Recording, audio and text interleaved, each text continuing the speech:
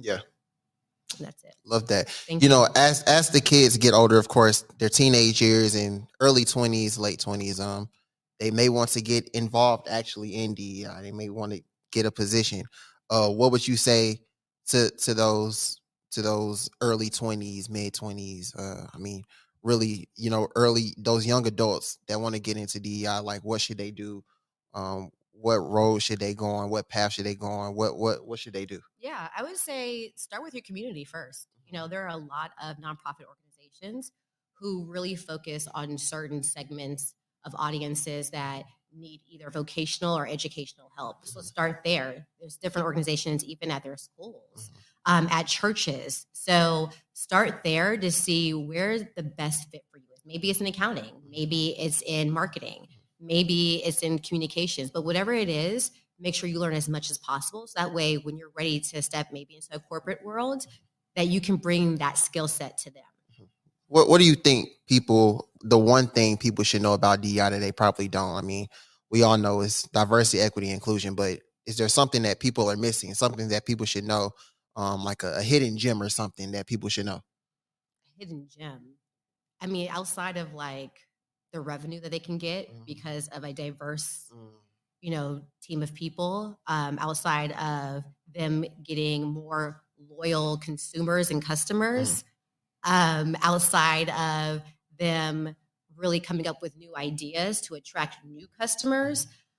I would say another gem is really to make sure that you are giving an opportunity to people who can add so much value to your team that at the end of the day, if something like a pandemic were to happen, because you have people of all experiences, they know how to overcome situations like that. They can give you value for, any type of, whether you're trying to overcome situations because of a global pandemic or financial strain, but they can also give you information about how to connect with communities as well that you're trying to reach. That you feel like, oh, there's a great opportunity for my product to be in this community, but I don't know how to get in there. You can tap into DE&I, employees or different organization groups to help you with the right messaging to be authentic to get into those communities. Got you. What chapter should we be reading in the Bible? I would say all of it. All of it. Okay. My favorite. Your favorite. I should ask your favorite. Is Job. Okay. Why Job? Job. Because Job went through a very rough time, and Job was like, "God, why are you doing this to me?" He was like, "Why not?" And he had a conversation with God, and we're going to go through tough times. But at the end of the day, we can't give up. And a lot of people give up when they go through a rough patch, but it only makes us stronger. And it only makes us understand the importance of the things that we've had in our lives and give gratitude. So Job would be number one. And number two, I started reading another verse in the Bible about Lot's wife. And Lot's wife was told to look forward and continue to, the Holy Land. And she said, no, like she had to look back.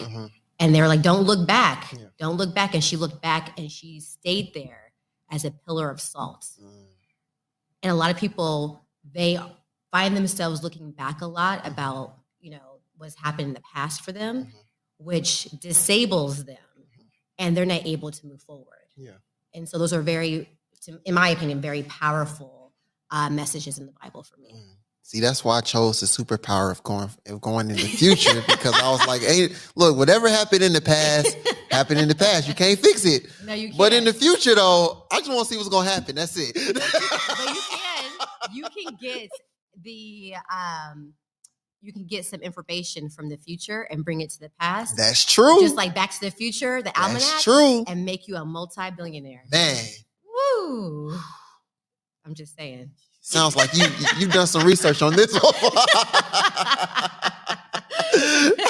Chris, I'm in that last part, of course, about the Bible and everything. That was good because I was gonna definitely ask you if you could give tips and advice to anybody out there. And I think that right there was the advice and the tips for sure. Yeah. So thank you for that. If you were to make another book, another children's book, what would it be on?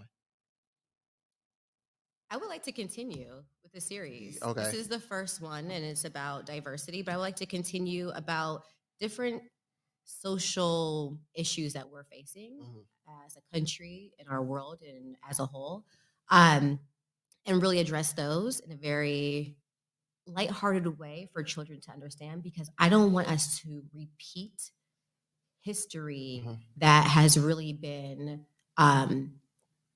terrible for us. Yeah. Just point blank, just been terrible. Like, let's not repeat that, right? Let's learn from it from a very young age in a very digestible way, and then grow from there. But to your point, if you knew about D&I when you were a child, if other people knew about it, I don't think we would be where we are today. Sure. You know, let's start early. Let's not wait until a child is 15 years old to start talking about those things. Crystal, where can they find the book? They can find the book on Amazon. They can also go to the inclusivity-superheroes.com, and they can look at the content on that page. I took the quiz. You did? I got 100. Did you get a certificate? I did get a certificate. I'm so proud of you. I think it was the second question. I was like, both A or B, or is it C? I was like, gotta be A and B. Oh, and that was the one. I don't like quizzes, but I took that one. I was like, okay. I'm proud of you. Thank you Good so job. much. Thank you so much. Thank you. So that website we created to make sure it was engaging, interactive. It has recipes on there, child-friendly recipes. Really? Yes. I didn't even see that part. Yes, in the interactive hub, you can learn how to make nachos and bun and cheese for my West Indians out there. You can learn also how to make lumpia. Lumpia. What is that? They're Filipino spring rolls. And so I grew up in California, and my auntie is Filipina, and she taught me how to make lumpia, and it's like so good. So we have those at every like family, get together, reunion, you name it, even funerals. That sounds good. Wow. Now I'm hungry. So thank you for that one. Crystal, thank you so much for coming on. Let the people know where they can find you, social media, anything like that. Yes, you got anything coming up? You can find me on LinkedIn, Crystal Foote, Foote. And let me know how you think about this book overall. If you like it, give me any feedback, and the website as well. You can check me out there. Definitely. Y'all heard it here first. Ms. Crystal, thank you so much for coming on. We appreciate your time. Thank you, everybody, for checking us out. This is Rolling Out. Meet the author, your host, Malik Brown, my special guest, Ms. Crystal Foote, and we are out.